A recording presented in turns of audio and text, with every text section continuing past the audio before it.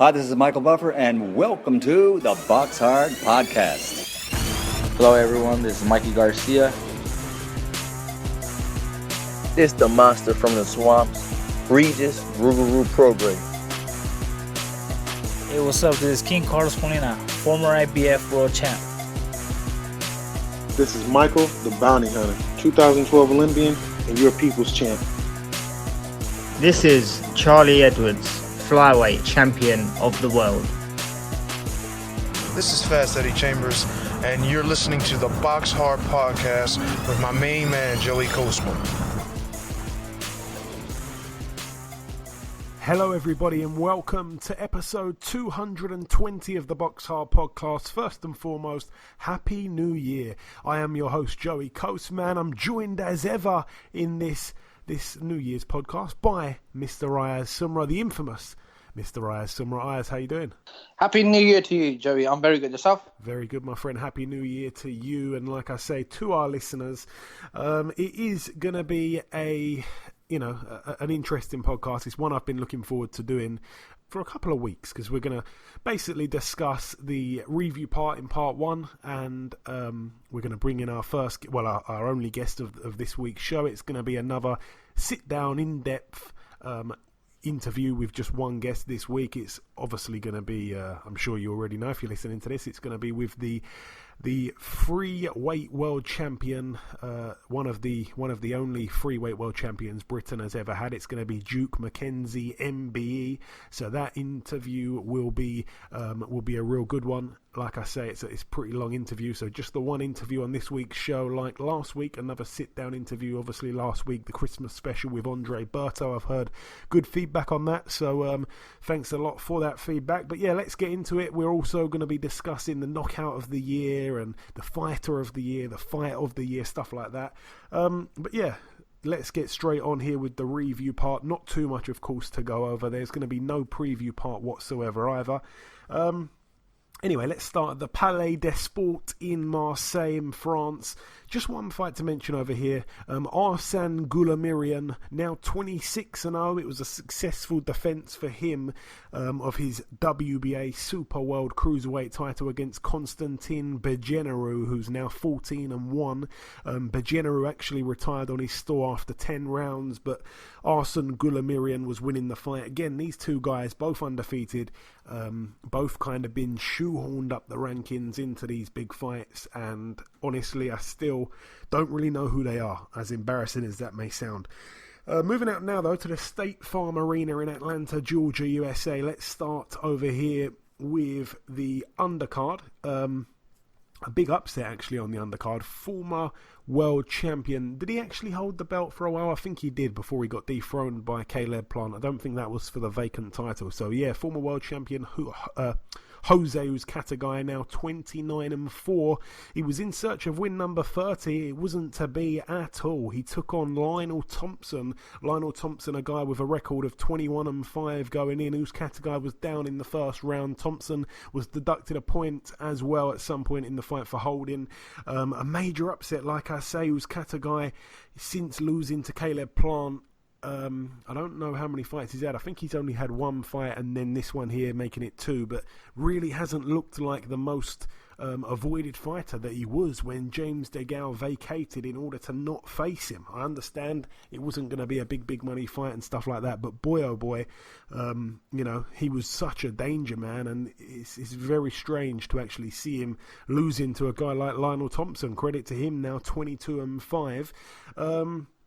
Moving up the card to the bigger and better fights, I guess, on that bill. I'm going to talk now about Gervonta Davis against Yuriorkis Gamboa. Obviously, Davis going in with the perfect record, 22-0. It was for the vacant WBA World Lightweight title. Obviously, Davis came in overweight initially, but then he had a couple of hours to make the weight. He did make the weight. Yuriorkis Gamboa now 30-3. It wasn't to be his night. He was down in the second round, the 8th round, and the 12th round. He didn't really look like the beast that we come to expect to see, really, Gervonta Davis. Like I say, he did drop the guy a bunch of times, and it was crazy because Gamboa, like I say, once a real promising prospect at one stage of his career. I think he's up there in age. I think he just turned 38 a few days before the fight or something like that. So he's up there in age, but the amount of times he's been down, I think they were saying I calculated 12 times he'd been down in his career, but I'm sure the commentary said he's actually been down 14 times. That's crazy. And again, he was down another 3 times, so that means he's been knocked down 17 times. That's just nuts. But anyway, the actual fight itself, I mean, Gervonta Davis, started okay, started fast. Like I say, had Gamboa down in the second round. And when Gamboa went down, it was an odd one because he was half looking like he was going to, dare I say, quit. He didn't look comfortable in there. He was pointing at his shoe. It seemed like something was up with his shoe. Referee, I think it was Jack Reese, I felt probably should have investigated the matter a little bit further, but he didn't really seem to be bothered. He came back out, Gamboa, looking a bit weird, really. I mean, his feet were not as bouncy as they should have been. It turns out after everything, after he's been and seen a doctor, that he ruptured his Achilles. Obviously, he was able to continue right up until the 12th and final round where he got TKO'd, so credit to him. But yeah, Gervonta Davis just didn't seem like that monster that we've seen many times. Gamboa showed a much better chin than perhaps we'd all given him credit for, and perhaps Gervonta Davis has just tested the water there at lightweight and isn't the puncher that he is or has been at the lower weight. So I definitely think he should move back down to 130. If he is to stay at lightweight, though, I think that should be his ceiling. I don't think he should go up to 140. He's way too small for 140. So yeah, there's a few fights I'd like to see him involved in at lightweight. Obviously, the fights like Teofimo Lopez. I'd like to see him in there with Lomachenko, of course. I'd like to see him in there with Devin Haney, perhaps. There's lots and lots of fights I'd like to see him involved in, but whether or not they'll happen is a completely different thing. So all the best to Gervonta Davis. People won't remember, I'm guessing, too far back, but he is a friend of the show. We once had him on. He's now 23-0. He's the new WBA lightweight world champion. That makes him a 3-time world champion in 2 weight divisions. Moving up the card once again to I think this one was the co-main. Jean Pascal now 35-6 with a draw, a split decision victory for him over 12 rounds against Badou Jack, former world champion, former 2-weight world champion, now 22-3 with 3 draws. It was for the WBC silver light heavyweight title and the WBA world light heavyweight title. Jack down in the 4th round, Pascal down in the 12th round. An unbelievable fight, by the way. Again, I kind of was scoring it partially. I'll get to it. Let's start with the first round. I'd say even though the best punch of the first round was a straight right hand landed by Badou Jack, I still felt like Pascal outworked him. Pascal did get a little bit wild at times, but he looked dangerous at the same time, and he landed some great body shots as well. Definitely a Pascal round for me. Round 2, Badou Jack would fall short a lot with his attacks. He did the same in round 1, to be honest. It wasn't so much the elusiveness of Pascal. It was more the poor judge of distance from Jack, and again, for me, Pascal won the round. Jack didn't really look hurt at any point, but Pascal seemed to really move Badou Jack back when he hit him. I mean, even when he hit him on the arms, the shots looked heavy, and they'd really moved Jack back, He looked real heavy-handed in there, but like I say, Jack wasn't hurt at all. He just seemed to be struggling to work out the awkward style of Pascal. In the 3rd round, again, for me, I'd say Pascal won the round. Jack did seem to momentarily hurt Pascal late in the round, and Pascal had to hold, but then, he managed to actually finish quite well, Pascal. And, Jack's good work, the moments he was having, they were just few and far between at that point. The more consistent of the two was definitely Pascal for me. In the 4th round, it started off as a big round for Badou Jack. He was beating Pascal up, he was hurting him, but then literally in the last 10 seconds of the round, he gets caught with a looping right hook to the temple, and he completely was out on his feet. He really lost his balance, and down he went. A 10-8 round there, which is a big swing, because like I say, Jack was probably probably winning that round until that shot landed. He did get back up and the bell rang straight away, so he kind of got saved by the bell.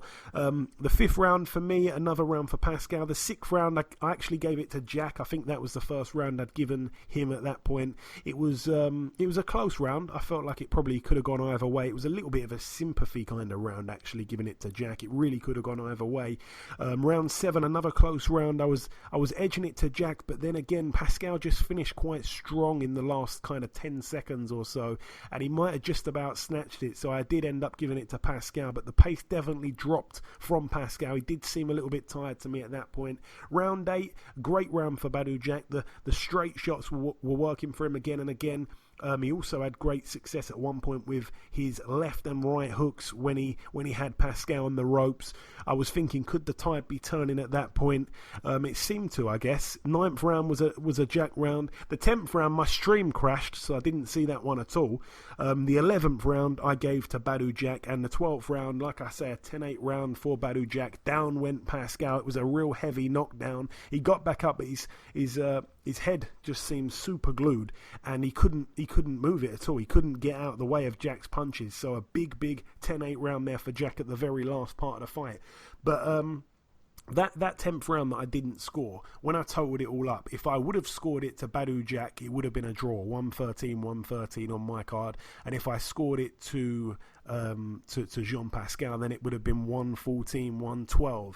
I believe that's how it ended up. So I actually had it quite similar to the judges. Obviously, it ended up, like I say, in a split decision. 2 judges had it 114-112 to Jean Pascal, just like I would have had it if I gave him that round that I missed, and the other judge had it 114-112 to Badou Jack. I didn't see that. I was trying to score it as fair as possible, and I definitely felt like either Jean Pascal deserved to win, or at the very best for Badou Jack it would have been a draw.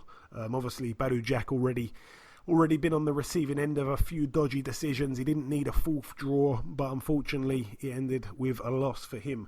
I actually thought he'd win the fight quite comfortably on points before the fight, but like I say, this boxing game is very, very hard to get your predictions right in such brilliant fights, and it was a brilliant fight. It was a late contender actually for Fight of the Year, which we'll be getting onto in part 2. But that's it for the review part of the show. Just before we wrap up part 1, the final thing to do is to welcome our one and only guest on this unofficial New Year podcast. Ladies and gentlemen, please welcome the former freeweight world champion. It is, of course, Mr. Duke McKenzie, MBE. Duke, welcome to the show. Good evening, champ. How are you? Very good, my friend. How are you? Yeah, I'm doing really well, thanks. Great to hear really it. Well. Great to hear it, Duke. So I want to start off just really with a typical question as an opener, really. How did you get into boxing in the very beginning, Duke? Obviously, the family's quite famous for the boxing. Tell me how it started. Yeah, just already fell in. Older brother started. I'm one of seven. I'm one of 7 kids, and eldest brother started. He learned. He got into boxing through his best friend at school, a guy called Frankie Lucas, who went on to challenge Tony Simpson as a middleweight, very successful middleweight. Frankie Lucas also represented, I think it was up at Trinidad or St Kitts or Jamaica in the Commonwealth Games or the Olympic Games. So anyway, Frankie started boxing, and then a good friend of Clinton's, and then Clinton started, and then Winston started, and then I started.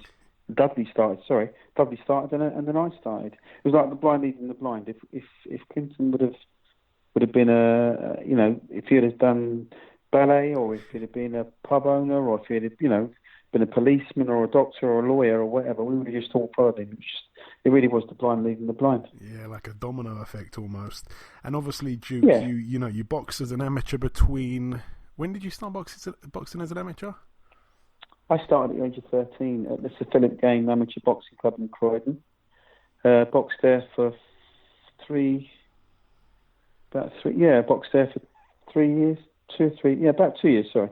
And then that closed down. The Sir Philip Game Amateur Boxing Club closed down, and then I went to the Battersea Amateur Boxing Club, and that's where things just took a massive turn for me, really, for the better.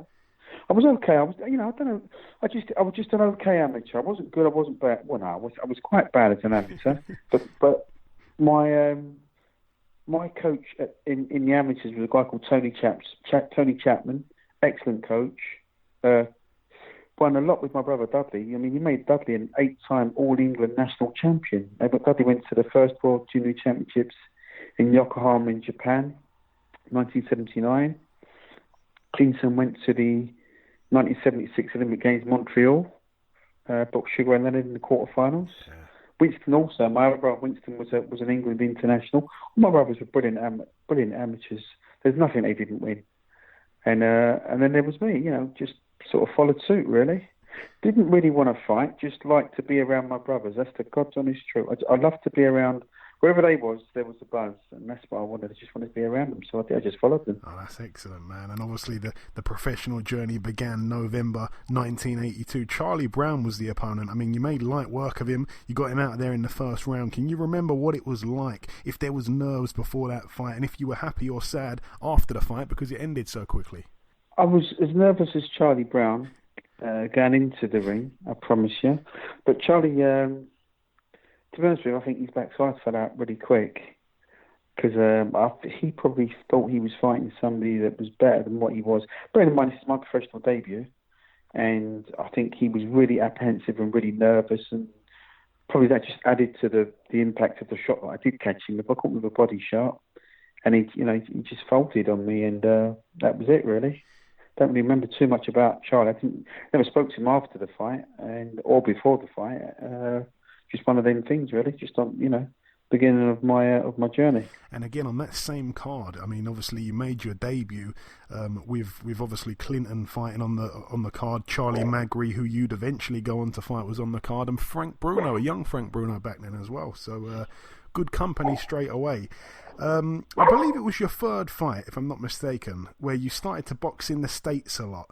How did that come about, Duke? And do you believe that those times you were fighting away from home, you were able to gain some kind of important experience from it at the time? I gained so much experience. I gained so much knowledge from...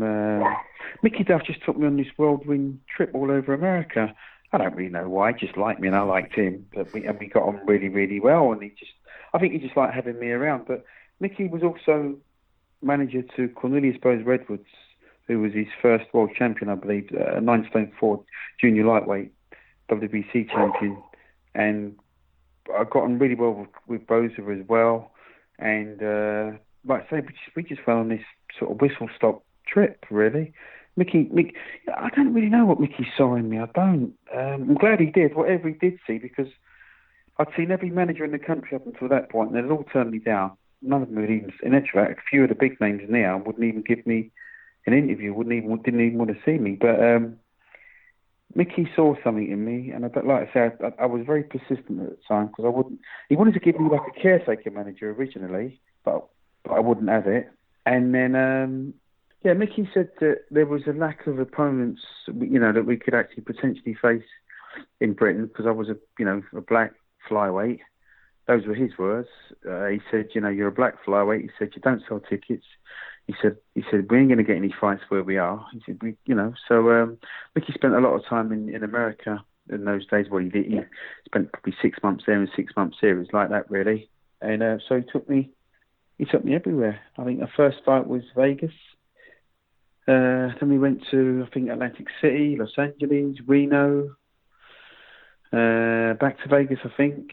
And then I think we went to, we had a couple of fights on the continent after that. Yeah, it was quite the trip. I mean, let's get to June 1985. At this time, obviously, your record's 10-0, 7 KOs before boxing Danny Flynn for the British title. Now, obviously, Danny Flynn had never been... he'd been stopped once. It was in 8 rounds to Hugh Russell.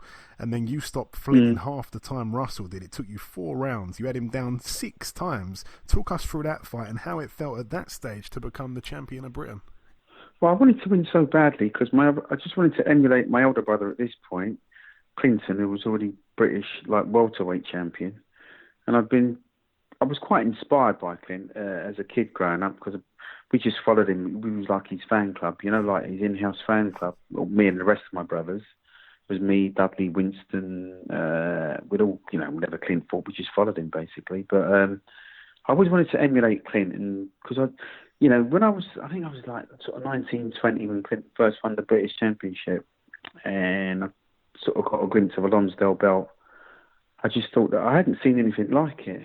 It was unbelievable, to be honest with you. And I still think it's the best looking belt. Definitely. Although I actually own 3 World Championship belts, but I don't think there's another belt like a Lonsdale belt. It's an unbelievable belt to own, and Clinton went on to own 2 of these belts outright. I think he should have probably had 3 Lonsdale belts outright, but the Boxing Board of Control brought some ruling in saying that you couldn't actually own 3 belts. So I think you have to give one back. But anyway, listen, that was my incentive. Clinton was like an incentive to win the British Championship. And I knew that going in against Danny Flynn, I knew I had a 50-50 chance of winning the fight because of the faith and confidence that Mickey Duff had installed in me. And I knew he wouldn't have done that if he didn't think I had something. So I was reasonably confident going into the fight. My only sort of drawback going into the Danny Flynn fight was it was scheduled for 12. I'd never been 12. I hadn't been 8 at that point, I don't think. And I just think I look at the Flynn fight. It really was my sort of first step or my first sort of taste. Even if I'd have lost to Danny Flynn, I'd have come again. Do you see what I mean? Because there was a lack of competition in the flyweight division. Regardless, I think Kelvin Smart had vacated the British title up until that point, and I'd sparred Kelvin Smart before the Danny Flynn fight, way before the Danny Flynn fight. But in actual fact, before I actually turned pro, I'd sparred Kelvin Smart and just sort of held my own, I thought. And then anyway, so I had the Flynn fight, and hey presto, become a British champion. So I was, quite proud.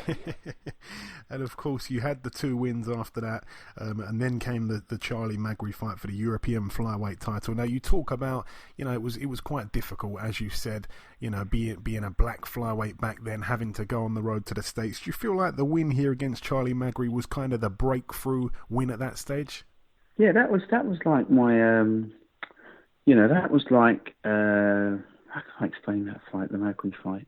Well, listen, unbeknownst to Charlie, Mickey had me in America sparring, and I'd had some absolute belting sparring partners in America, and getting me ready for the Magri fight. And then also, Mickey got me some sparring over here. He got me this Puerto Rican kid to come over to spar with me, a guy called Juan Muriel, who for probably about the best part of like 10 days to 2 weeks, this kid literally punched me from pillar to post. And he was, again, he sort of replicated the Magri style. So that was like my coming of age fight, the Magri fight. Again, I don't think it would have been detrimental had I have lost, because then I would have looked at it and said, so, okay, it's like a learning curve. I've lost like a former world champion, reigning European champion, A, B, C, D.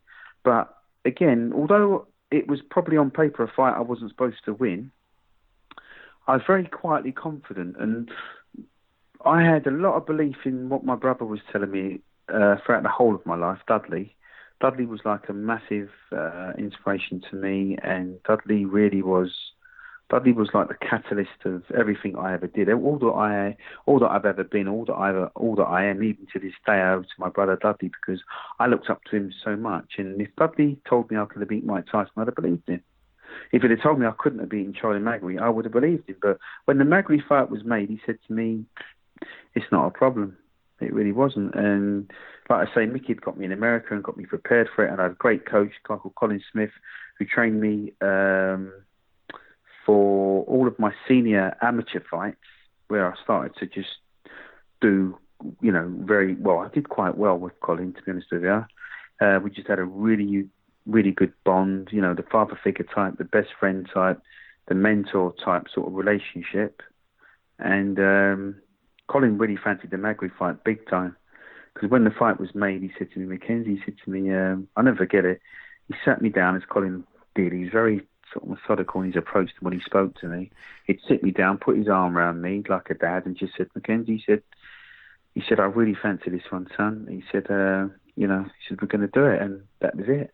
I didn't really panic or just, it was something to look forward to, wasn't it? The Charlie Magri fight for me, because, like I say, Charlie had lost to Socha Talada, or lost his world championships to Socha Talada, but then Charlie did something which no British fighter was doing at that point. He defended he went to Franco Cherki's backyard and destroyed him in about 2 or 3 rounds and took the European title from him, which, like I say, that was unheard of at that point. A British fighter going abroad and knocking somebody out or winning the European title. And then he come back to defend the European against me for what was then the British Championship. So it was a dual headliner at Wembley Arena. And it was like my coming of age fight, really. But I've been in America, right? And I spent a lot of time at Johnny Tocco's gym in downtown Vegas. And Johnny Tocco was this real, like the Mickey film, you see, in the Rocky film, you see that little guy Mickey with the hat on. And well, Johnny Tocco was, I promise, he was this kind of character. He ate, slept, walked, talked, drunk, boxing. And he had this little downtown gym in Vegas. And that's where like I say, I mean, one day I was in this gym, right? And there was like Hector Camacho. These guys were coming at different times, mind you, throughout the day, like to train, right? So it was like Hector Camacho, he'd come in and train. Then he'd leave. Then Adrian Rosario would come in. He'd do his stint. He'd leave. Livingstone Bramble would come in. He'd come and do his workout. John McGarvey would go and do his workout. Bruce Redwood would go in and do his workout. And in between all these guys training, because all these guys were fighting one another in like a bit of a round-robin type thing, in between all these guys were training, all the other big stars would like put in an appearance. Not training, they just come in and show their face. Sugar Ray Leonard popped in, Marvin Hagler popped in, Evander Holyfield popped in. It was like being a kid in a sweet shop for me. I just couldn't believe the amount. Pernell Whitaker was there as well. I just couldn't believe the amount of top flight guys I was looking at. And like I said, it was like being a kid in a sweet shop. It's ridiculous. But like I say, this was all like a learning curve for me. So you can imagine, I'm like sort of 21 years old, I think, 21, 22 years old, wide-eyed, open-mouthed, watching all of these superstars. Well, they weren't superstars then, but they'd go on to become superstars. And I tell you what, I had a really good conversation with Evander Holyfield and Pernell Whitaker before they'd won anything. And it was just, it was an amazing experience. It really was. It sounds unbelievable. Like I say, the names you're reeling off there, real big guys in the sport, of course. And just to touch on that Magri fight, obviously the towel came in round 5, and that was it. You became the champion of Europe, the European champion. You defended the title successfully next time out against Gian Piero Pino over 12 rounds. Then you beat in his backyard, yeah. And then, of course, you beat the former world champion Juan Herrera on points over 10. Then defended it again successfully, the European, against Agapito Gomez. He got him out of there in 2, which again was real impressive. And fast forwarding then to October the 5th, 1988, a night I'm sure you'll never ever forget. Talk me through the fight and what do you remember of the night itself, Duke? So the Rolando Bohol fight was a real test of my character and a real test of nerves. When we'd been trying to get the Socha Talada fight for some time, and it just didn't come about for one reason or another. I think namely because Mickey wouldn't pay him the money they was asking for. I was trying to hold him to ransom, like, pretty much, and Mickey Duff is like he wasn't open up from anybody, so the Talada fight didn't come about. But I don't really think they fancied it at the time anyway, because I was very much on the ascendancy, very much on the way up, and I think Chisara was having a lot of weight-making problems and one thing and another. So anyway, that fight didn't happen, and so Mickey switched his attentions to the IBF champion Rolando Bohol, who nobody had heard of, and Bohol had never travelled outside of the Philippines. So there was a lot of things going in my favour. Then obviously if the fight was maybe like in the States or, God forbid, in his backyard in the Philippines, it might have been a different story. But he travelled, and he came over on a cold winter's night to the Wembley Conference Centre, June the 5th, 1988. It was my trainer's wedding anniversary the night before, and I vowed to him that I was going to win the fight, although I didn't believe it at the time. I said to him, Smith, I used to call him Smith, I said, I'm going to win this one for you. This will be your anniversary present. And he was confident I would win. Mickey Duff was confident I would win. I had a really good sparring. I sparred, do you remember John Hyland? Yes, yes. I sparred a guy called John Hyland, who was an outstanding amateur and a very decent professional, and he was a southpaw. I sparred John Hyland for probably about a good sort of 4 or 5 weeks before this fight. Southpaw, just all southpaw sparring. Didn't have any lefties at all, and he got me in, really good shape. When I really held my own against John Hyland, although he was a bantamweight and I was a flyweight. But he didn't take any liberties anyway. He's a lovely guy.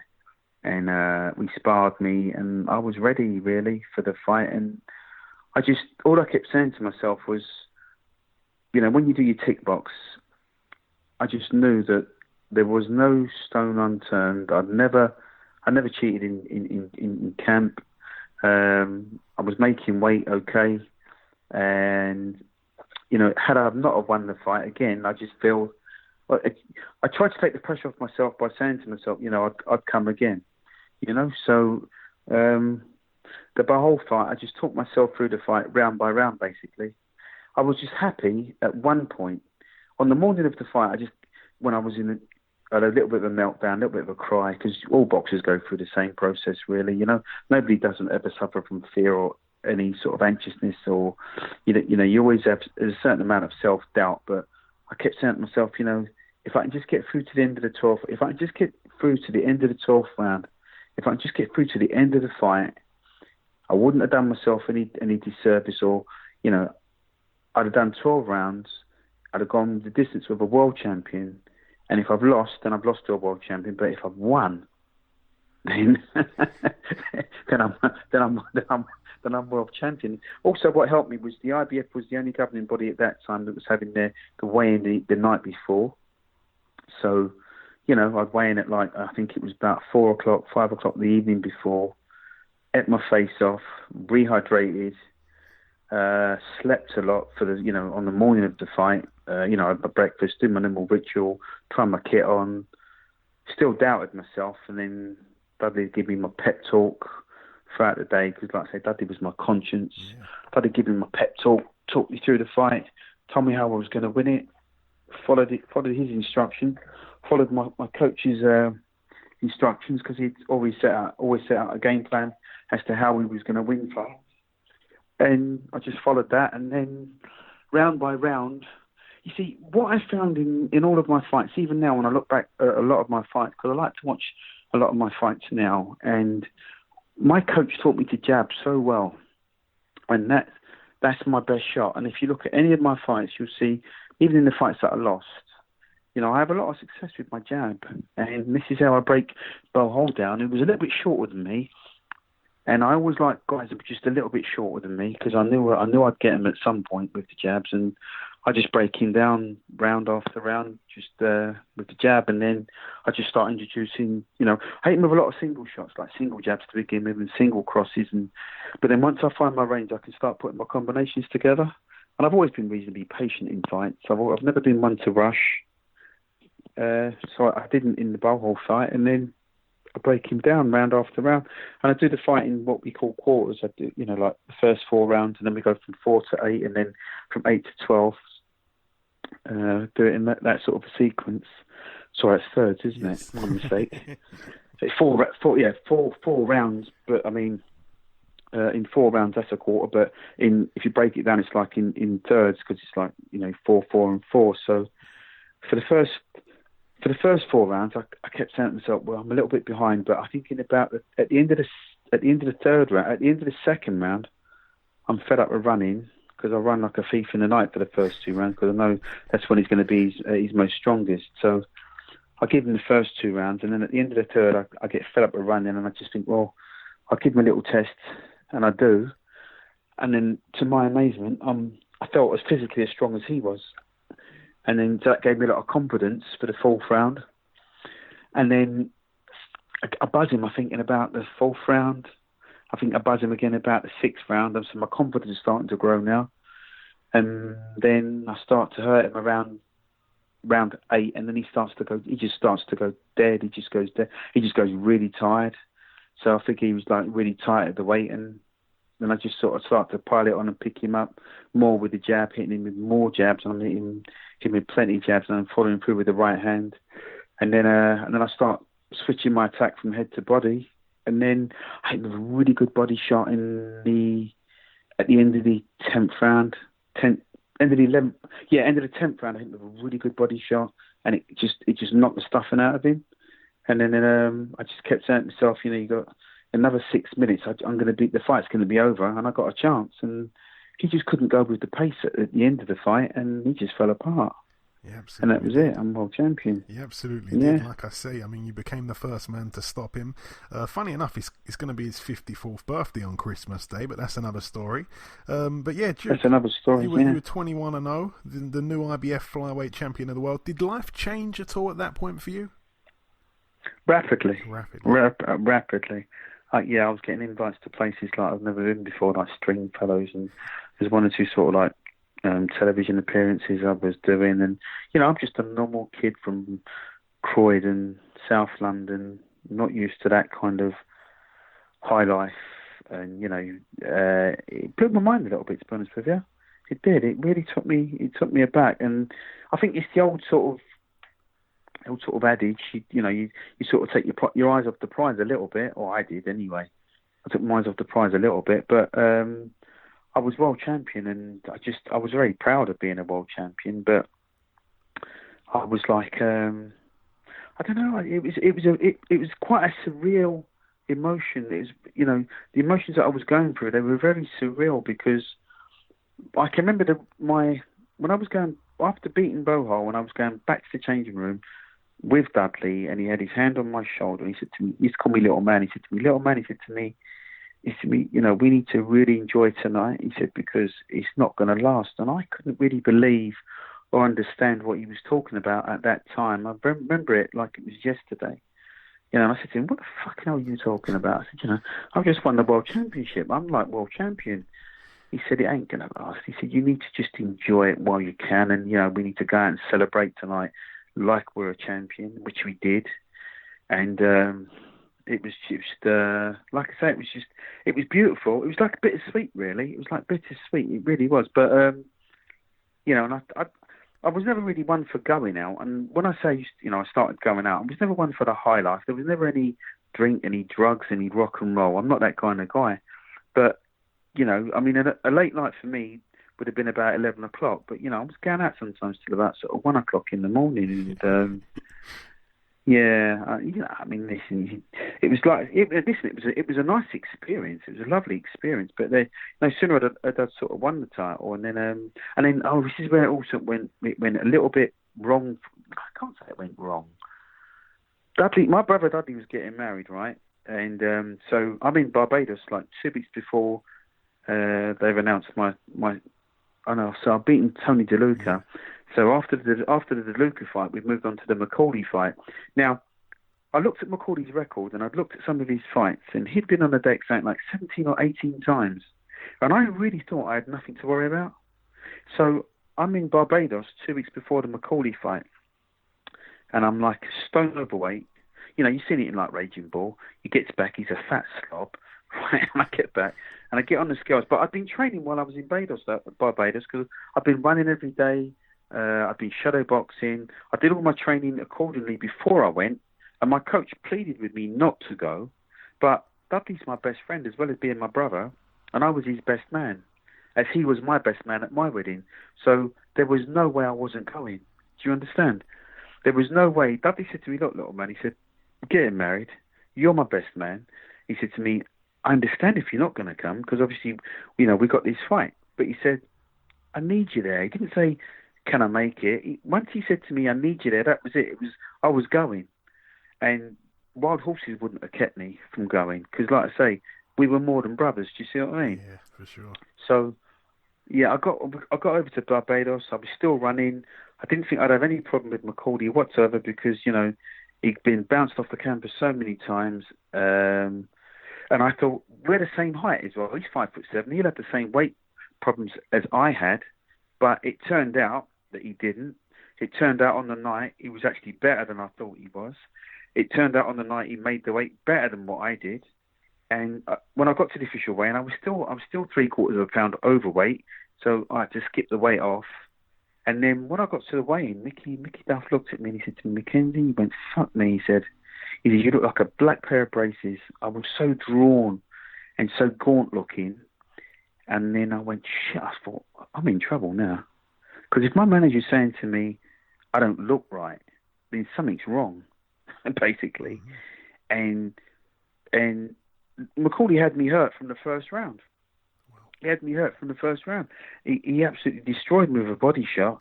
And then he started to batter me around the head. And I just thought, shit, I'm in trouble. And I just thought, I just went straight into survival mode. I don't know if you ever watched this fight, but I just go into survival mode. And from the second round, that's all I'm trying to do is to survive. Because I know the title's gone, but I'm just thinking, I can't get knocked out by this guy. I just can't. Or I can't get stopped by this guy. I just can't. And like I say, I'm in survival mode and I've lost the fight. But to be honest with you, it came as a relief losing to Dave McCauley because I was struggling so bad to make weight. I'd actually had 1 or 2 blackouts trying to make the weight, not eating, not drinking, not rehydrating. Yeah, I was going. It was an absolute nightmare. But they knew I was having problems making weight, and they done a number on me basically. And listen, I can look back now and say to myself, well, did I do the right thing? And if I had to do it all again, exactly the same way, I would. Yeah, because I wanted to ask you, Duke, because I like to ask this to a lot of fighters, did the first loss make you or break you? The way you're sort of saying, because a lot of people, obviously, it breaks them there, they're destroyed, and then they got some added hunger to just come back and give it something, give it more, give it 110%. But to say like it was a relief, I'm wondering, cause it doesn't seem like it affected you that bad, or am I wrong? Am I interpreting that wrong? It never affected me at all. I promise you, I stayed up. This is not a lie, and I haven't made this up. And it's not like I've had time to think about what I'm going to say to you, because if you speak to anybody that knows me, they'll tell you this is exactly how I answer that question. It came as a relief because I'd gone without living like a normal person for so long in my whole career. When you have to make weight, when weight becomes your whole focus, when weight becomes your god and not the fight, then you're in trouble. And I suffered so badly making weight. I mean, even to this day, I go to bed now every night. You can ask my wife if you don't believe me. I go to bed now with like an orange juice and a Mars bar or a couple of biscuits. No, just in case. If I wake up in the middle of the night, I can reach over and grab it and fill my face. I eat roast dinners or like rice and peas at ridiculous hours of the night. I can't go to bed hungry. I'm one of those guys. This is how boxing will any boxer will tell you that it scars you mentally when it comes to food. It does. I'm a glutton for food, and I did some crazy things when trying to make weight for fights, particularly in the McCauley fight. And like I say, but my luck ran out. But like I say, when I look back on my career now, it came as such a relief, and losing to him at that point, it done me a favour, because as you know my career and what I went on to achieve, and I just think I'd love to fight him again at bantamweight or even at super bantamweight. So it's the old age story, isn't it? He won the fight, he won the battle, but I won the war, because I just think, he only won a world title in one weight division, and I did it in 3 weight divisions. And I think I've arguably, when I'm asked, I've arguably probably beaten a better caliber of fighter later on in my career in different weight divisions. Yeah. So yeah, I don't begrudge Dave McCauley in no way, shape or form. He's a fine champion. As he went on to be, I think he defended the title 4 or 5 times after beating me. So if he looks at me and thinks to himself, you know what, I beat Duke McKenzie, he was a good fighter, then I'm pleased. I'm pleased for him. I really am. I never hold any. I lost 6 times in my career, 6 or 7 times in my career, and I don't begrudge or hold a grudge against any of the guys that beat me. And there's only one fight in my whole career that I think I possibly could have won, but I didn't get a decision. But we'll go on to that in a minute.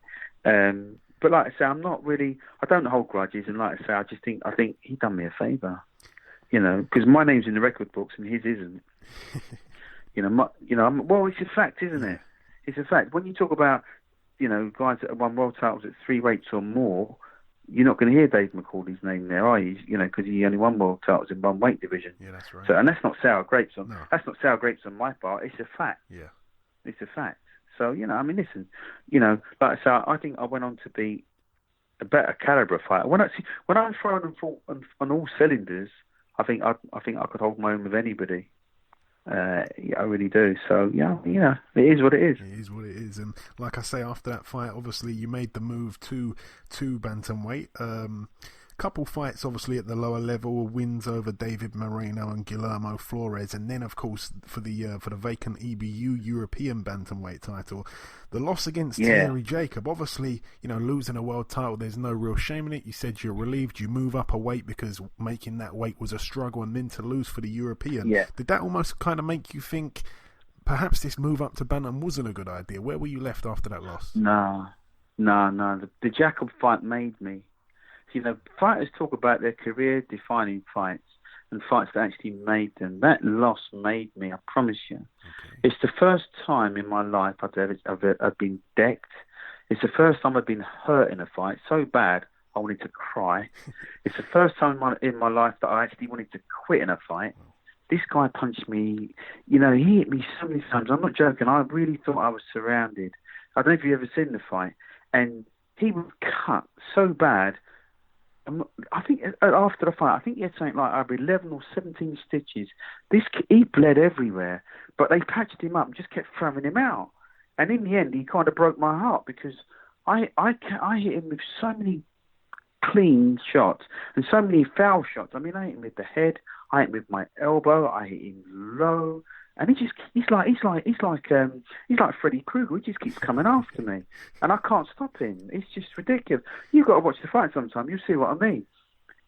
But it was such, and it's the first time I'd ever experienced like real hostility because I fight him at a place called I think it's called the Fontenay-sous-Bois in France, and there's like 10,000 screaming French guys, and some of them were actually spitting at me on my ring walk.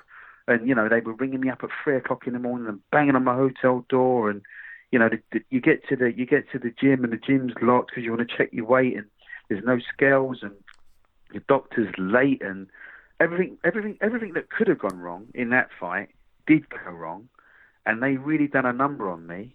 But it was such a great experience, the whole fight. That's out of my 42 fights, 42 fights I had, including all of my world title fights, including all of my world title defences.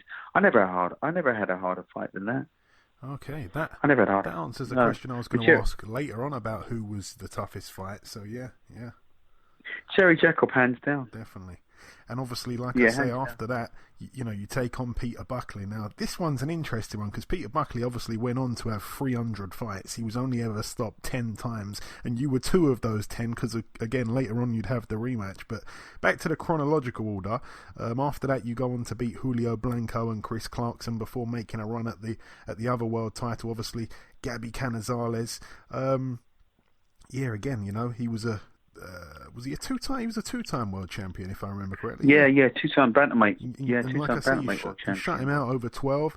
That made you a 2-time world champion. Talk me through that one, and of course how it felt to win a world title for the second time. Well, again, I was so confident going into that fight because Mickey Duff. When I first turned pro, Mickey Duff said to me, "You're a bantamweight. You're not a flyweight. You're a bantamweight, and we'll start the career at bantamweight." And I insisted that I was a flyweight. That's why I stayed at that weight division for so long. But Mickey said to me, he's made the Canizales fight, and he said to me, the fight's going to be over in this country at the Elephant and Castle. He said it's going to be a Sunday night. Mickey said to me, after I'd lost to the McCauley fight, he said to me, after I'd lost to Jacob, he said to me, the only thing that beat me in the Jacob fight was inactivity. I think I hadn't boxed for something like 15, 16 months going into that fight, and I was a little bit rusty, if truth be known. So, but he got me those 3 fights back to back: Peter Buckley, Chris Clarkson, and Julio Blanco. And if you look at my career, those fights were all about like 6-8 weeks apart. Yeah.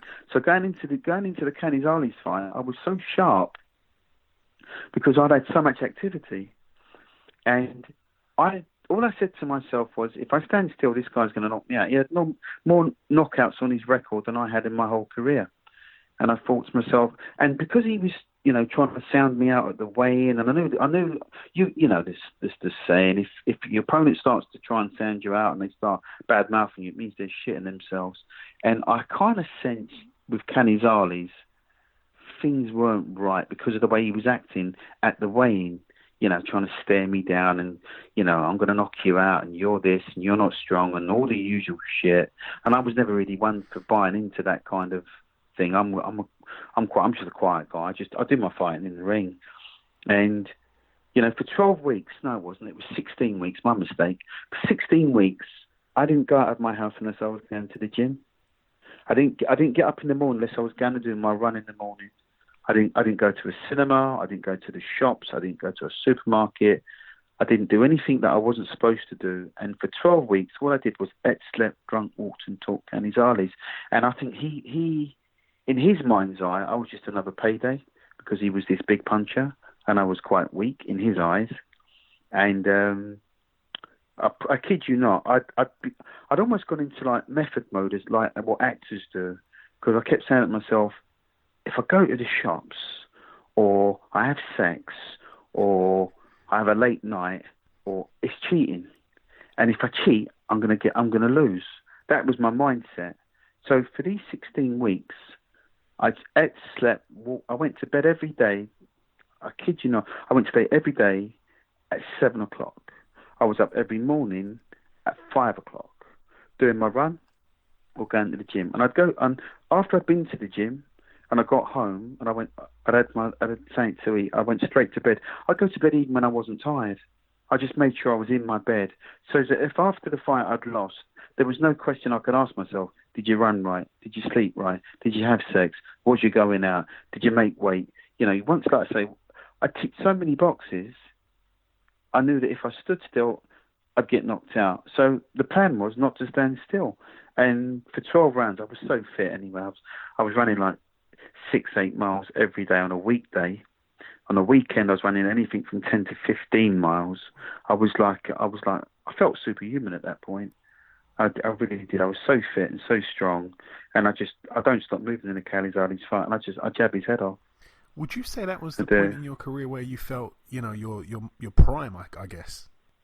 Yeah, that was my absolute prime. Yeah. And you'll never know what it is to be able to get up in the morning while you're in training and have breakfast and have lunch and have an evening meal. And Mickey Duff used to say to me, a happy fighter is a good fighter. If you can eat and drink what you like, you're happy. And if you've got ability, it will come out. And that's exactly how that fight panned out. I was eating 3 squares every day, not like the McCauley fight. I'd have like 1 meal in the morning, and that was me. That was my breakfast, like a poached egg on toast, and just live off water and salad. But I was having like a fried breakfast for the Canizales fight every morning. I was having like a proper lunch at lunchtime, like a salad or whatever, because I couldn't have too much because obviously I was going to the gym. Then I'd come back and I'd have like a proper full dinner and drink on top of that, and another drink before I went to bed. So I was happy going into the Canizales fight, and it showed in the fight. Yeah, it certainly did.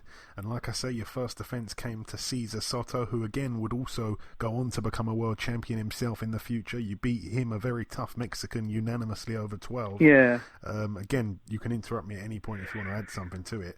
The title defence next was against former world title challenger Wilfredo Vargas. You stop him in 8 at the Royal Albert Hall in March 1992.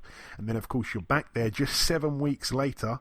This time, it wouldn't end well. A first first round KO loss to Rafael Duval. Down from a jab initially, but you got back up and ended taking a straight right followed by a left hook. No one really knew much about Duval, obviously, before that. I watched it again the other day. A massive, massive, massive upset. Were you simply caught cold, Duke? Not trying to throw an excuse your way, but it seemed like that. No, I wasn't caught cold. I had a really bad cold just before the fight. The week before the fight, I'd had a really bad cold, and I went to Mickey Duff's office on the Sunday before, and I said, Mick, I'm not right. Pull me out the fight. He said, I can't pull you out the fight, dude. He said, we just sold the fight coast to coast back to America. He said to me, don't worry about this kid. He said, you'll beat him. He said, it's no big deal. He said, you'll beat this kid. He said, I'm going to keep you nice and active, and I just thought, I'll beat him because I'm world champion. So I never took him lightly or anything like that, but I just walked onto one. He threw a straight right, missed that, and then he switched it into like a jab. And as he threw the jab, he turned his shoulder over it, and it just caught me right on the chin, and I just went over like a sack of shit. And I just wasn't right. I didn't recover. I just didn't recover. Anyway, and that was it. That was it. The fight was over. Yeah, it was one of them. It was like a very surreal moment. It's like everything went in slow motion. You know, like when you see these psycho films, and the psycho's just about to stab the woman in the shower, but before she gets stabbed, she turns around and she glimpses him, and then he's like about 50 meters away or 50 yards away, and you get that sort of tunnel vision. Yeah, you get that sort of tunnel vision. Well, as he hit me on the chin, his arms just seemed to get longer and longer and longer. Because I was trying to fall onto him, to be honest, but his arms were so long, and I just went over like I said, I was gone, and that was it. The title was gone. But it was a very. I was very upset. I was very sad. I was very hurt by the loss.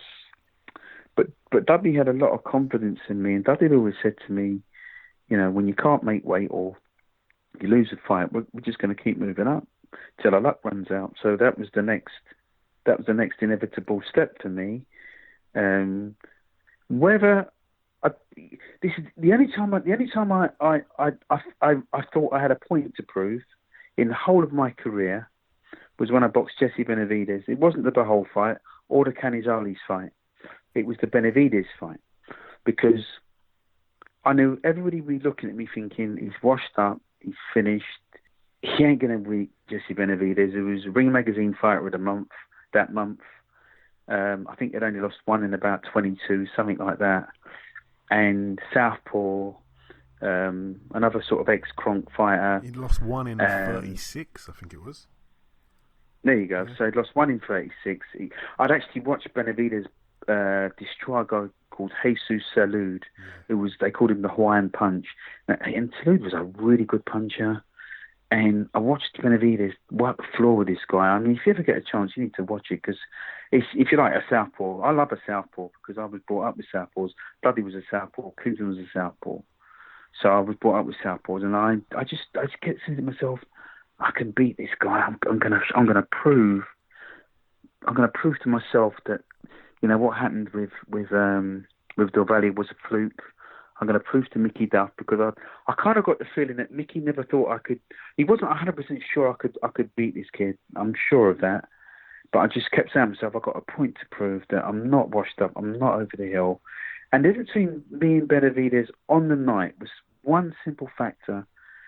It wasn't I was better than him, and I didn't think he was better than me. I just wanted it more. I just wanted to win so badly. And he wasn't prepared to dig in and really bite down and really, you know, save his title. He kind of, I think from maybe like the 10th round, he kind of had this look of resignation on his face, because I was just there, and he never expected me to be there, because I'd lost the bantamweight title fight in such dramatic fashion. He thought he'd get me out of there a lot quicker, because he was a really good fighter. Benavidez, I rate the guy. Even to this day, I still rate him. I still think he's a top fighter. But I just wanted to win so badly. I wanted to win, you know, so much. And I did. I pulled it off. Yeah, you certainly did once again. But yeah, just to to get the timeline right. Obviously, after the Rafael Deval fight, you moved up in weight. And again, this is where the Peter Buckley rematch comes in. This time, again, Buckley retires on his stall with a shoulder injury. But there's a pattern. I mean, the first time you boxed Peter Buckley, after you lost the fight, before that, obviously losing the title, you became a world champion 5 months later. Now, the second time you boxed Peter Buckley, after losing a fight, you become world champion just 1 month later. I'm starting to think Peter Buckley and Dudley, your brother, were some kind of good luck charms. Well, Peter Buckley paid me a lovely compliment. I read somewhere that he said, out of everybody that he ever fought, he said he thought I was the most accurate, I think, the hardest puncher. So, which proves testament to my sort of technique, really. I used to pride myself in just doing the basic things right. So, it's a lovely compliment, and I do respect Peter Buckley immensely, because the amount of fights that guy's had is boy, I could never do it. He made all right, he was a habitual loser, but that was his job, that was his life, that was his living. He'd fight you at like a day's notice. He's one of those guys. But he was actually a very decent amateur boxer. Yeah. He beat Mark Tibbs in the amateur. I don't know if you're aware of that. He beat Mark Tibbs in the amateur. Oh, I didn't know that. In the amateurs, it was a very decent amateur. Peter Buckley was touted for big things in the amateurs, but amateur boxing and professional boxing are two different sports. Well, one's a sport and one's a business. So maybe he wasn't really cut up for the pros. Yeah. But no, I just I thank God for Peter Buckley or fighters like him that allowed me to progress in my career and gave me confidence in beating those guys and moving on. Yeah, I boxed Peter Buckley a couple of times. Yeah. So he was he's a good guy. I've got a lot of time for him. Like I say, he had the 300 fights. He was only ever stopped 10 times, and it was to you twice. 2 of those 10 times. He's definitely an unsung hero. But that, just touching on that Benavidez win, obviously, you outpointed him over 12 rounds at the Lewisham Theatre. When you became a freeweight world champion there, and obviously even to this day in Britain, only 3 men have ever achieved this. Obviously, Ricky Burns being the most recent. What did that feel like? Because that is a new level of making history. You're not just a world champion once or twice. This is it, to be on such a short list like that. It must have meant a hell of a lot. Well, I know quite a lot of other world champions, first name basis, and some of the guys they pay me lovely compliments. Like Nadim Hamed paid me a lovely compliment. He once said to me, recently he said to me, I said to him, Naz, what's it like being undisputed world champion? Because that's what he was. He was a phenomenal fighter. He said, Duke, he said it's a lovely feeling. He said, but I don't know what it is to win world titles in multiple weight divisions, 3 weight divisions. And I just thought, that's quite a genuine thing to say. I mean, I don't know what it is to be undisputed, but he doesn't know what it is to have moved up in weight divisions. So I just think to myself, I'm so privileged to have had the people that I've had around me, and like my coach, Colin Smith, Dudley, obviously, Mickey Duff, who's the absolute catalyst in the whole of my career.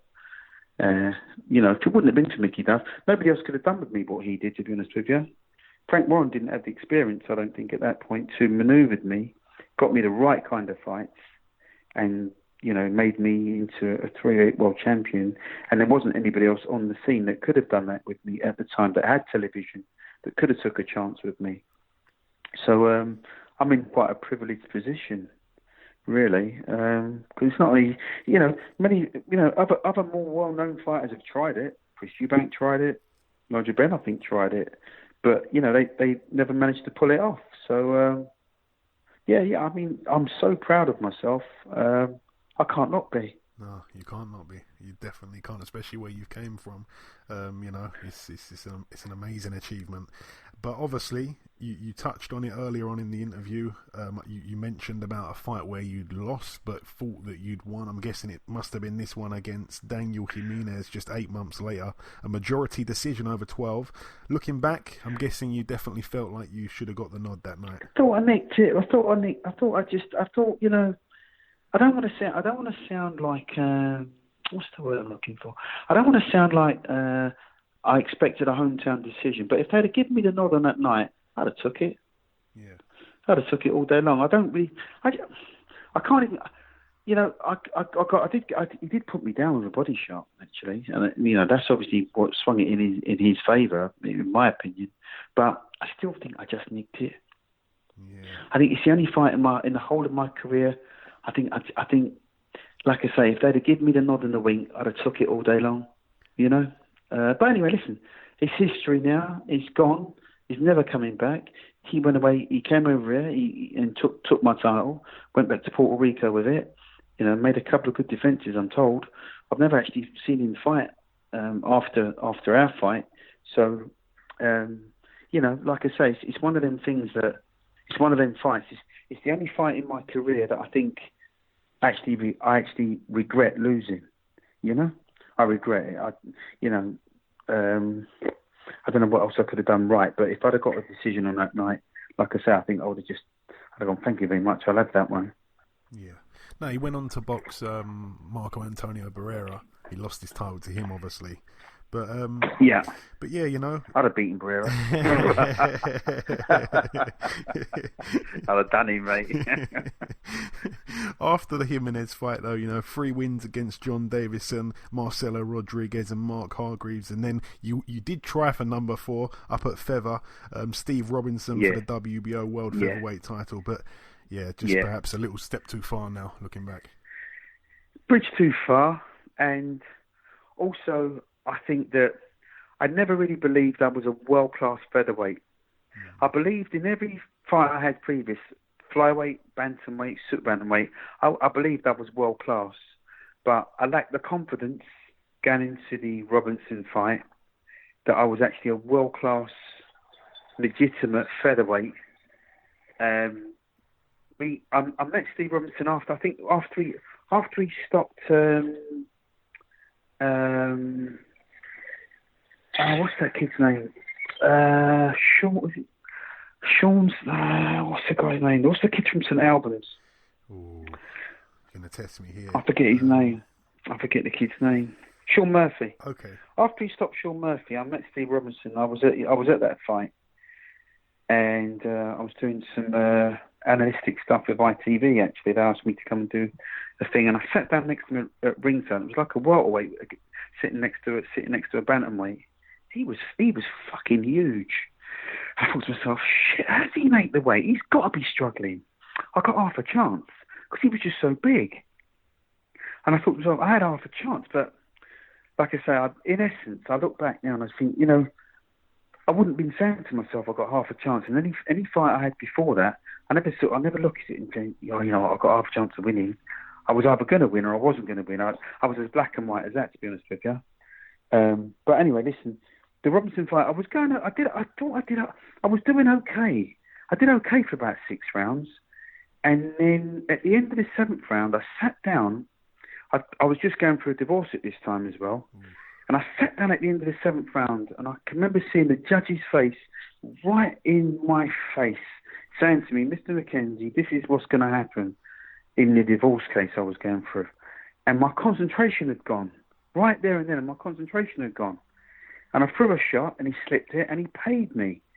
And then I was so angry, because if they'd have given me like a 15 count, I'd have been okay. 15 seconds later, I was as right as, you know, when I got back down to the changing room, I was as right as rain. You know, I just winded me so badly, and I just didn't recover, and that was it, really. And that really signalled the end, I think, of my sort of world title aspirations. Yeah. But again, sorry, go on. No, go on. No, I'm just going to say, you know, I've challenged in 4 weight divisions for four world championships. That would have been something to really. That would have been quite an elitist thing to do. I don't think there'll ever be another British fighter that can win 4 world titles in different weight divisions. I'm not saying I did. Obviously, I didn't. But I've had the privilege of challenging at least 4 world titles, and I've won 3 out of the 4. So, you know, that ain't bad. I'll take that. Definitely. And of course, after that one, obviously you boxed Mehdi Labdouni, but again, people probably wouldn't have known back then, but obviously he held a win over Steve Robinson early on in his career as well, didn't he? So, to lose to a guy that had beaten the guy you'd lost to in the previous fight, you lost on points over 12 for the EBU European. And then, just 4 final fights, 3 wins, obviously. The final fight against Santiago Alcantara, I mean, that was... Santiago Rojas. Rojas, yeah. I think he's got 2 surnames. Rojas. I think he's got 2 surnames. Yeah, probably. Double. Yeah, it probably might be a bit of a double barrel, but yeah. I mean, was it tough? Was it tough retiring on a loss like that after the career you'd had, Duke? No, it wasn't tough. I should never. This might sound like an excuse. Well, no, it's not an excuse. I should never have been in there on the night. I'd lost my brother Dudley in '95 to a suicide, and I hadn't. My heart wasn't where it should have been. My head really wasn't where it should have been. I was clutching at straws, and I just. The only, my brother said to me, get yourself a day job and get back out there and, you'll be fine and one thing and another. And I was like, but boxing's all I do. Boxing's all I really know. And, promote me for a fight. And he said, yeah, okay, I'll do that. And, the money was shit. The fight was shit. Everything about the whole process was shit, to be honest with you. Not because I lost. I shouldn't have been there. Yeah.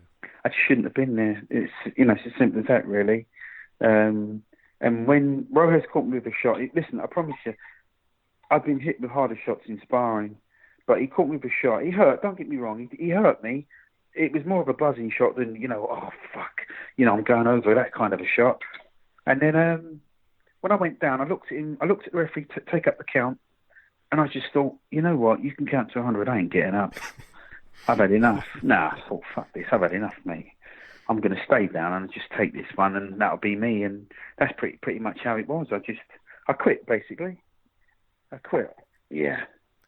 So that's not. I don't want to take nothing away from the victory from that guy Rojas, but it just wasn't. I wasn't right.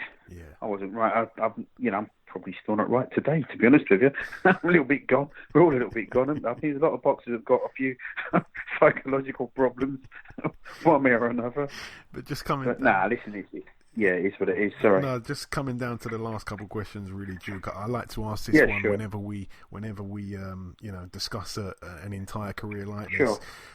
Did you have any regrets, looking back now, have you got any regrets about anything in your career at all? No, not one. That's the best answer. I ain't got a regret. How could I have a regret? I've been a 2-time British champion. I've been a European champion. I've challenged for 2 European titles. No, I wasn't successful, and a 3-weight world champion. I haven't got one regret. Not one. Good to hear. That's the best way, like I say. And is there anyone that you perhaps wish you'd have had a chance to fight back in your career, but you didn't? Preferably from your era, but if not, any era from history. Is there anyone out there that you'd have liked to test yourself against? Yeah, I'd love to have tested myself against Orlando Canizales, who was the IBF champion, Gabby's brother. That's where I wanted to go. That's the direction I wished I had gone, but it didn't happen. So, but that was my night. The Canizales fight was my best ever performance, but not my hardest fight.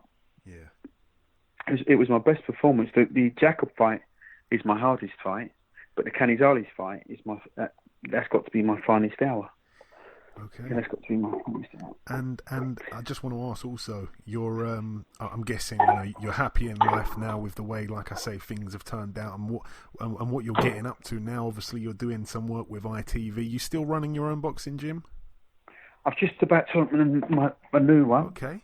About to open a new gym in Croydon, my hometown. Can't wait. Really excited about that. I've got 3 amazing kids. I've got a beautiful wife. I've got a little house that I live in, which I'm really happy with. I haven't really got any major complaints, to be honest with you. Listen, there's some things that happen in your life that you never forget, both good and bad. Yeah. I'll never forget. I'm never gonna I have to live with the loss of my brother till the day I die. That's just something I have to live with. There's nothing I can do about it. I can't bring him back. That's the hard part of my life. But on the plus side, there are more good things happening than bad things happening, or bad things that have had happened. So I've got a lot to be grateful for. I thank God I can open my eyes every morning, have a shit and a shave. I can still feed myself. I'm not blowing bubbles.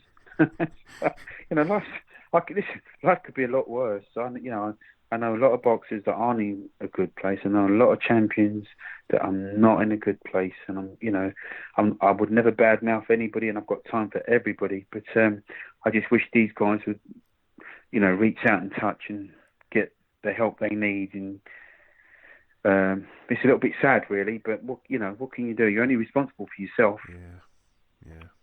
You know what I mean? You're only responsible for yourself, so that's all I can be, is responsible for me. Yeah. Really. And just tell me about this gym you're opening. Just give me a couple more words on it. Whereabouts in Croydon is it, Duke? Yeah, I'm opening a new gym in South Croydon. Okay. Like I say, it's like my hometown, Croydon, my hometown. And I'm just doing like boxing technique training. That's what I call it. It's not boxercise, because my boxing is based on traditional boxing. Yeah. But it's non-contact. Men and women, boys and girls. But my other gym, I had like 200 kids coming at the gym. It was just absolutely fantastic, and it's kind of like my way of giving back. I get a lot more personal satisfaction from training the youth, the kids, than I do the adults, because the kids, we're looking for a little bit of leadership. They're looking for someone to look up to, someone to tell them, don't do it this way, try it that way. You show kids combinations now, and they just lose their mind. Boys and girls, boxing is very, very fashionable. And listen, we've got a lot to be thankful for great role models for like Anthony Joshua. Looks good, talks good, carries himself well. Obviously, media trained. He never says anything out of sorts or out of character. A lot of these young kids are looking up to him, and then they're going, I want to try this boxing.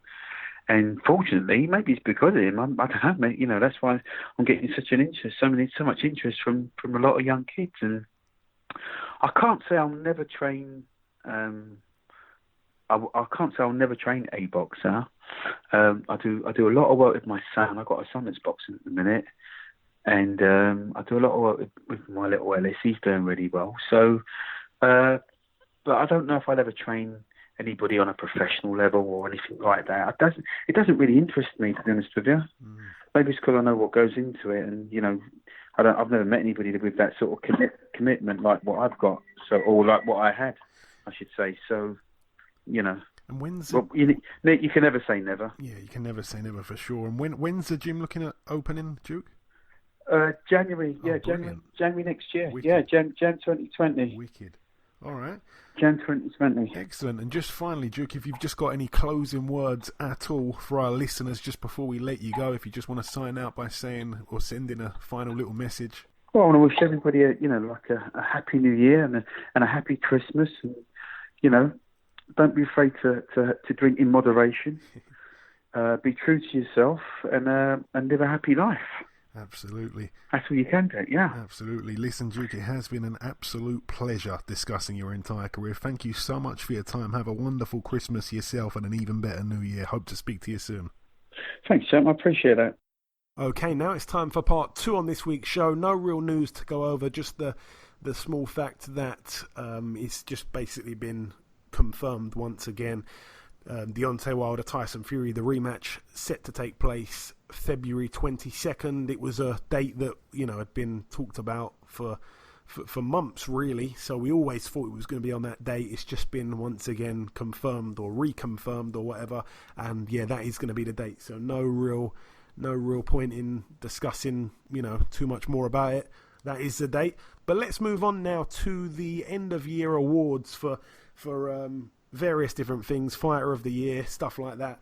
We're going to also discuss the ones that our listeners, our followers on Twitter sent in. I'm going to start with Fighter of the Year.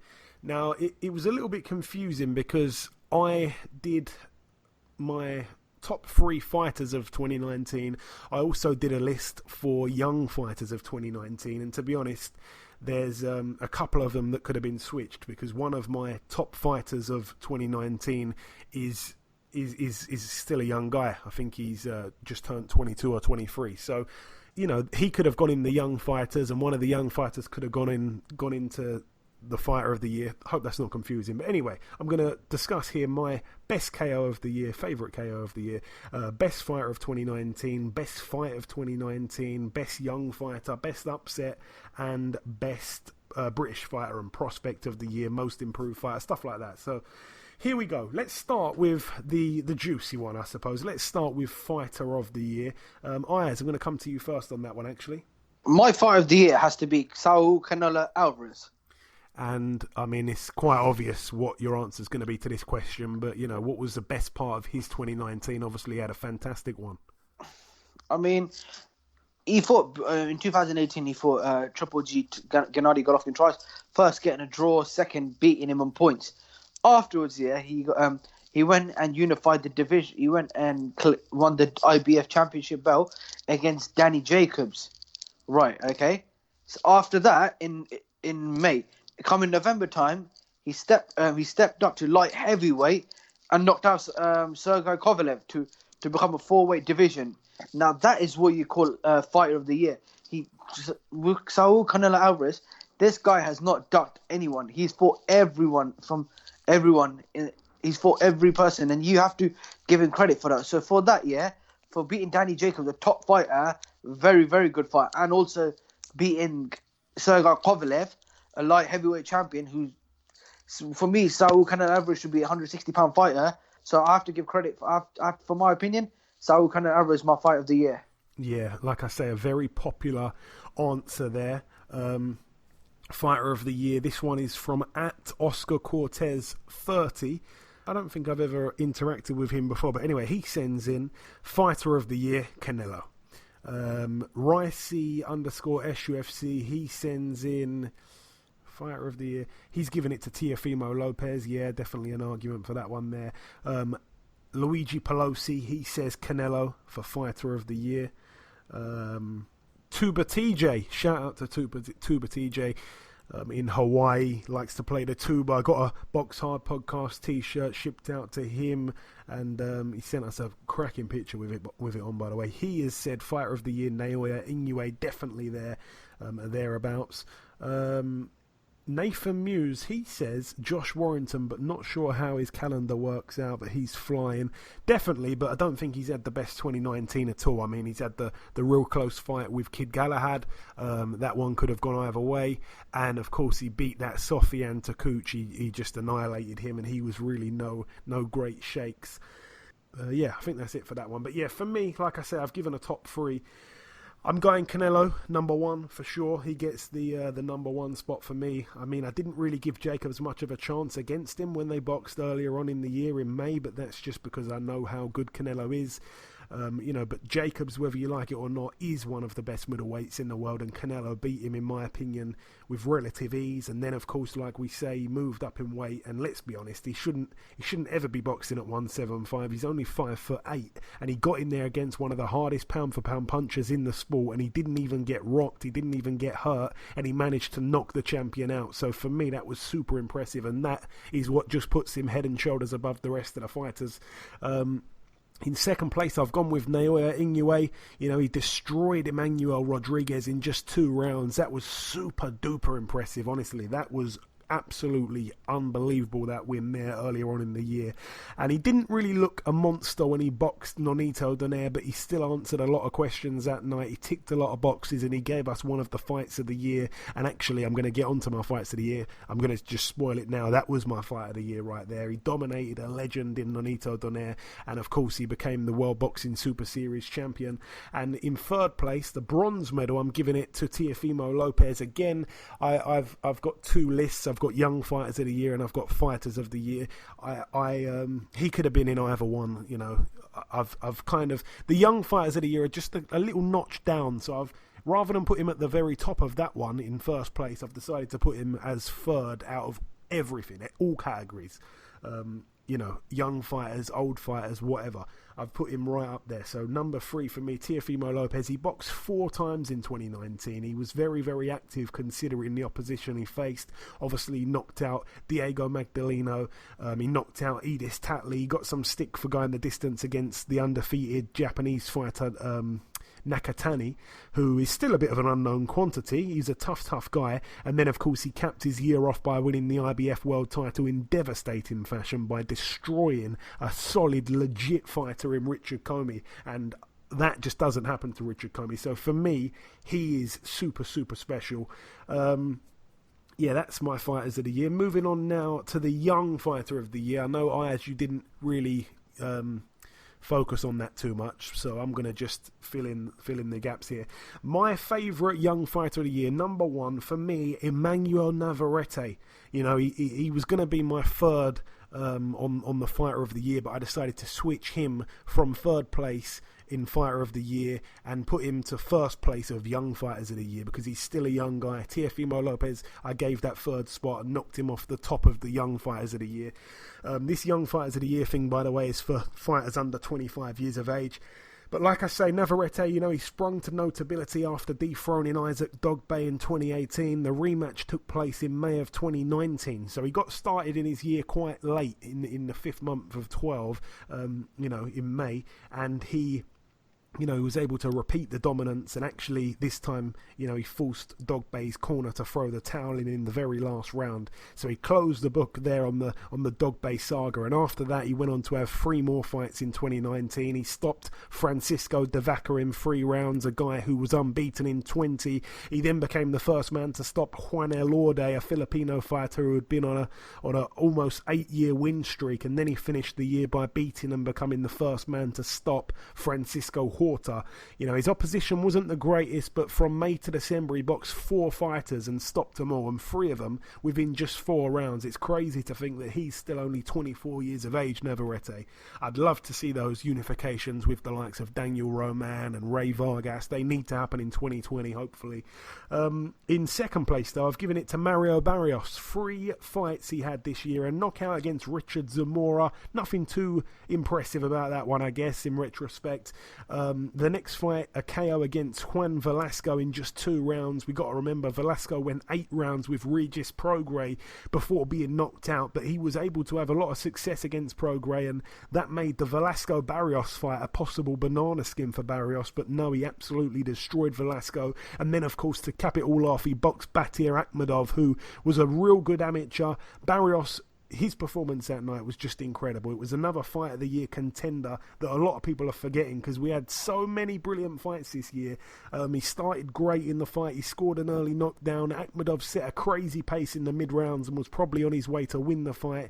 And then a vital knockdown in the final few seconds of the last round for Barrios probably just about swung the scorecards in his favour, and he became the WBA world champion at just 24 years of age. He's had a crack in 2019. And finally, in third place, Young Fighter of the Year, I've given it to Brandon Figueroa. A very active year. 4 fights. He started the year off by destroying Moises Flores in 2 rounds. Flores had never been stopped. He only had 1 loss, which was on points to the established and unified world champion, Daniel Roman. He then beat Yomfres Parejo for the interim WBA world title. He stopped Parejo there when former world champions like Ryan Burnett and Zanat Zakhayanov couldn't do it. And then he boxed Javier Chacon and knocked him out in 4 rounds, quicker than Isaac Dogbe and Jamie McDonnell could do it. And remember, like I say, he's only 22 years of age. He just turned 23 about 3 days ago, something like that.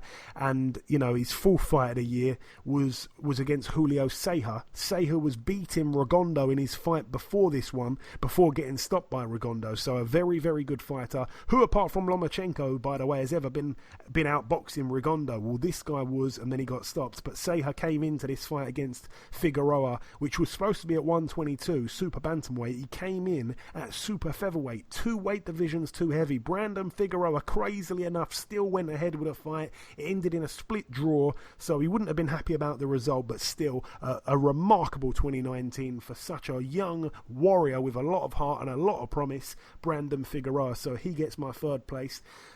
British Fighter of the Year, Ayaz. I'm going to come to you on that one. Who's your British Fighter of the Year? Of the year, there's only has to be one person, Josh Taylor, because Josh Taylor. The reason why he entered the World Boxing Series and beat every single fighter he has had. For me, he's used the unified lightweight division champion and light welterweight. But what I gotta say, I gotta give him credit because he's fought on everyone and he's beaten all the top fighters.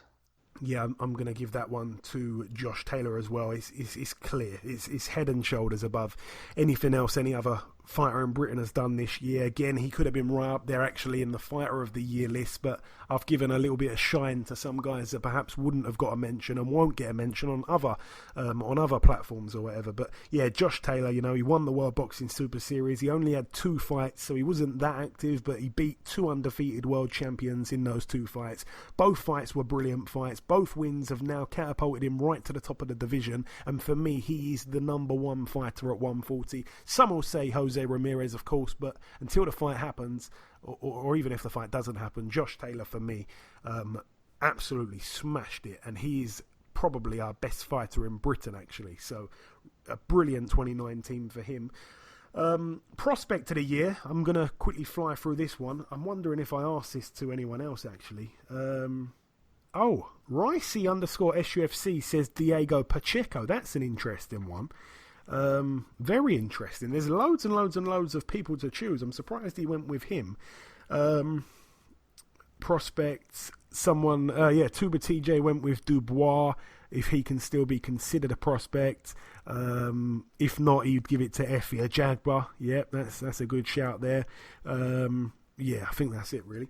My prospect of the year, it's only one guy. I mean, it's only one guy, clearly for me. Virgil Ortiz Jr. In my opinion, he's on another level, head and shoulders above the rest of the prospects. 4 wins this year, 4 KOs. He's now 15-0 with 15 knockouts. That 100% KO ratio has remained intact. His 4 wins.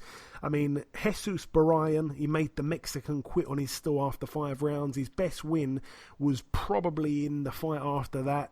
He became the first man to stop Mauricio Herrera. It only took him 3 rounds. You've got to remember Herrera's been the distance with guys like Hank Lundy, Frankie Gomez, Danny Garcia, Saddam Ali, Mike Alvarado, Jose Benavidez Jr., Ruslan Provodnikov. That was a proper statement there, in my opinion, for Ortiz Jr. to get him out of there. His next win came against former world title challenger Antonio Orozco. Unified world champion Jose Ramirez, who we just mentioned, had beaten Orozco on points, but Ortiz was able to stop him in 6 rounds. He had him down 3 times in the fight. And then, of course, his final win of 2019 was a knockout over Brad Solomon. He became the first man to stop Solomon. It took Ortiz just 5 rounds. And believe me, if there's any betting shop at all that will take a bet for Ortiz to become a world champion by 2021, put your house on it, my friends, because that is a dead certain in my opinion. This guy is real legit. Most improved fighter, I've given it to John Ryder. I mean, I didn't ask the listeners or Twitter about it, and I didn't really give it too much thought, to be honest, but I think it has to be John Ryder. Only 2 fights in 2019, but a knockout against a solid prospect in Bilal Akawi on the Canelo Jacobs undercard. Again, Akawi was being tipped to be a real one to watch in the future, perhaps a future world champion, and he absolutely smashed him to pieces. And then he arguably beats Callum Smith, who many regarded before the fight as the best super middleweight in the world. And again, this is a guy in John Ryder that got knocked out at British title level once upon a time. He has come on leaps and bounds and is the most improved fighter in world boxing. So a big shout out to John Ryder. And I've given a second place on this one as well. I've not given a third place, but the second place goes to Jamel Herring. It's great to see such a good guy become a world champion this year in 2019. He has suffered a couple of losses, but since teaming up with the Terence Crawford training team, like guys like Red Spikes and Brian McIntyre, he's totally changed as a fighter, and he boxed out of his skin to win the title against Masayuki Ito. He was a big underdog, and then of course in his first defence he defended against Lamont Roach Jr., who was an undefeated fighter, a guy who had a good amateur career as well. So Jamel Herring's 2019 was a real feel-good story, and hopefully he continues things in 2020 and he continues in the same manner, because he wants those big fights, believe me. I'd love to see him over here in the UK actually. So that's that one. Let's go with upset of the year now, Ayaz. I'm going to come to you on that. We all know where that upset. We all know where that's going to be. That one is when Andy Ruiz Jr. upset the whole odds and beat Anthony Joshua and knocked him out. Got the fight stopped in his 8th round. That was the biggest upset. That's like the biggest upset since when Buster Douglas knocked out Mike Tyson. So everyone knows that was the biggest upset I've seen so far of 2019. So far, well, that's the end of 2019, obviously, but. Ruiz beating Joshua. Ricey_SUFC goes with that. Ruiz versus Joshua 1. That's from Luigi Pelosi. Ruiz versus Joshua 1. That's from Tuba TJ. I think Nathan Moose has also gone with Ruiz, and yeah, pretty much everyone went with Ruiz there. Did anyone else say that one? Just trying to look through these. It's getting a bit confusing. They're all jumbled up. I think that is... Oh, yes. Someone else at Oscar Cortez 30. He also went with that one. Yeah, everyone's going with that. You have to go with that, to be honest. I mean, to think that Andy Ruiz Jr. had boxed 5 weeks prior to the fight. He boxed... What's the guy's name again? I think he made him quit on his stall. What's his name again? Dimitrenko. Yeah, Alexander Dimitrenko. He beats him on an undercard, and 5 weeks later he's in the ring, Madison Square Garden, against Anthony Joshua. He only had a real limited amount of time to get ready for the fight, and just the way it played out, I mean... it was such a dramatic fight, Obviously, he got dropped, he got back up. We didn't do an award for round of the year, but that would have probably been the best round of the year, where he got dropped and then got back up and dropped Joshua. It was just an unbelievable fight, and it's a shame the rematch was such a bad one, in terms of the entertainment value, but yeah, that has to be it. But also, I'm going to give a little mention also, a fight that not many people are mentioning. Can't remember who said this one, but yeah, definitely this fight here, the 2016 Olympic gold medalist Robeisy Ramirez turned pro on August the 10th. I think I was in the States actually at the time, and he boxed on an undercard. I think it was in Philadelphia, near where I was, and he boxed Adan Gonzalez, who had a record of 4-2 with 2 draws, and he was able to actually score the split decision over 4 rounds. So a loss on his pro debut for the gold medalist there, Robeisy Ramirez, and he was a sensational amateur. So for him to lose like that, to a guy he's supposed to completely walk over, that was such a shock. He was also on the canvas in the very first round, so that one deserves a real shout as well. But just for the for the magnitude of the biggest fight, one of the biggest fights of the year, Joshua and Ruiz, being for the heavyweight titles and stuff like that, it gets much more magnification, if you like. We're all looking at that one under the microscope. What have we done? So that's the young fighters. That is the best British fighter. That's the prospects. That's the most improved fighters. We are now left with the best KOs of 2019. See, this is one where I'm kind of struggling a little bit. I find it hard to really choose one. There's a few. I actually really liked Archie Sharp's knockout against Declan Geraghty in a fight he was losing, and then of course Declan Geraghty walked right into a left hook, and Archie Sharp absolutely slept him. That's what I was trying to say. It was a brutal knockout, that one. Obviously, Sam Maxwell, when he was boxing against that Journeyman, I think it was, and the Journeyman had dropped him, and the Journeyman was dancing around and, just showboating and all sorts of things like that. And then he gets knocked out. I think it was in the last round by Sammy Maxwell. Unbelievable knockout, that one. Real satisfying. Wilder versus Brazil. Again, that one was sent in by a lot of people. Tuba TJ sent that one in. Canelo's knockout over Alvarez at Oscar Cortez says. Ricey SUFC also gave it to Wilder. He says the knockout, both of his knockouts this year were insane. The Ortiz was special after losing every round. Who else sent theirs in? Just give me one sec here. Nathan Muse says Charlo versus Kota. Do you know what? I can't even remember watching that one. Oh, I'll have to watch that back. I really do apologise there, Nathan Muse. I'm sure I watched it, but I've just completely forgotten about it. Tuba TJ says, yeah, KO of the year, Wilder over Brazil. I think I said that. Luigi Pelosi, Wilder against Brazil as well. Rice SUFC, Wilder on Brazil. Yeah, definitely. I mean, the way he set it up. The one thing that it was a brilliant knockout, but the one thing that kind of... that I'm not giving it all the credit for is he set it up so clearly. Like he just found him with the jab. It was just a touching jab just to measure that distance, and it was the 1-2 straight down the pipe. And Brazil almost saw the shot coming, but he was throwing his own shots, I think, at the same time, and he just had to kind of blink and go, "Oh crap, it's gonna hit me!" Bang, and that was it. And he really did fold him in two right there. So yeah, definitely a brilliant knockout. But I like the shock knockouts, like Archie Sharp's one against Declan Garrity.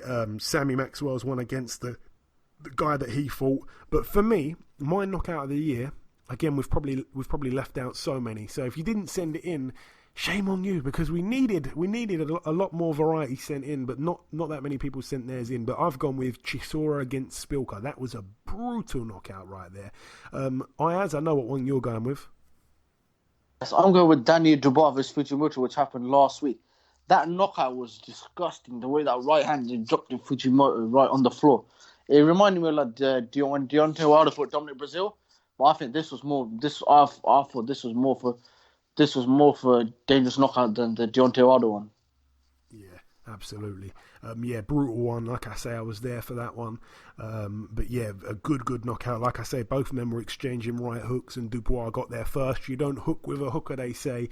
And finally, getting on to the best fights of 2019, just before we wrap it all up. I have a list of brilliant fights for 2019, but let's start with the ones that were sent in from our listeners / Twitter followers. This one's from @OscarCortez30. He says, oh, this is a good one, actually. This is a really good one. I almost forgot this one here. There's been so many this year. Like I say, we've been spoiled. But he says, Triple G against Derevianchenko. That was a brilliant fight, Ayaz, if you remember correctly. Ricey SUFC says Spence versus Porter. It was an absolute belter, along with Inoue versus Donaire and Taylor versus Prograis. I think you'll struggle to find better than those for fight of the year. Definitely, I agree with all three of those ones there. This one comes in from @ColeSmith611. He says Davies versus Ritson. Yeah, that was a great fight as well. Nathan Muse says Taylor versus Prograis. Tuba TJ says Pacquiao versus Furman. That's an interesting one, actually, Tuba. That is an interesting one there, because I remember that being a good fight. Obviously, Furman started off really slow, but then he came into it in the later rounds. Furman, honestly, so underappreciated. I really like Furman. I've had a soft spot for him for a long time. Luigi Pelosi says J-Rock versus Jarrett Hurd. That was a brilliant fight again. Brilliant fight. Ricey also says Inoue versus Donaire. Yeah, for me, I mean, I've got a list here. Taylor versus Prograis, definitely one of them. Hurd versus Williams for sure. A lot of people forgot about this one, but Daniel Roman against TJ Doheny. What a fight that was. Obviously, Joshua Ruiz won. Donaire versus Inoue, for me, that was fight of the year. That's probably fight of a few years. I loved that fight there. Spence versus Porter as well. Like I say, Triple G versus Derevianchenko. Hooker versus Ramirez was okay. Perhaps I'm forgetting some, so I need you to help me here. But also, Gvozdyk versus Beterbiev was a brilliant fight as well.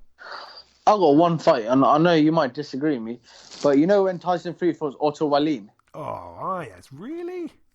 The cut. It was because of the cut. Yeah. And obviously, that seemed interesting of that fight. But it was a good fight. I wouldn't say fight of the year. For me, fight of the year has got to be Taylor versus Prograis, because I think that was the best fight of the year. I think that year lived up to the expectations. It was a very good fight, and obviously it was the British man as well. And like I said, that was a brilliant fight. But there was also who was it? Oh yes, Dillian White versus Oscar Rivas. Yeah, that was a good fight. That was definitely a good fight. Like I say, there's been so many this year. I'm trying to find a list somewhere of loads of the best ones, because there's been loads. I feel like we're leaving loads out. Just trying to have a look here. There's a list I've found online here. Jarrett Hurd, Julian Williams, Anthony Joshua, Andy Ruiz. Adam Kalnacki versus Chris Arreola. I didn't actually see that fight. I can't believe it. I didn't actually see that fight. I think we had Adam Kalnacki on the show like the next week or whatever, but I actually missed that one there. But yeah, there was lots and lots and lots of good fights this year. But for me, Inoue Donaire, you know, that was just a brilliant, brilliant fight. But again, it's not too late. We can still discuss any late entries if you have any. Send them in to us on Twitter so you can cover any that we've missed. I mean, we've talked about British Fighter of the Year. We've talked about the fights of the year. But if we've missed any good knockouts or any good fights, then send them in and we will mention them on next week's show. By the way, next week's show will be out on the Wednesday rather than the Thursday. So look out for that one next Wednesday, which I believe is the 8th, I think, or the 7th. I can't remember. But yeah, that's it. So thank you all for listening to this week's show once again. That is it for everything really on this show. That wraps everything up. Thank you all for listening, and once again, for the last time, Happy New Year.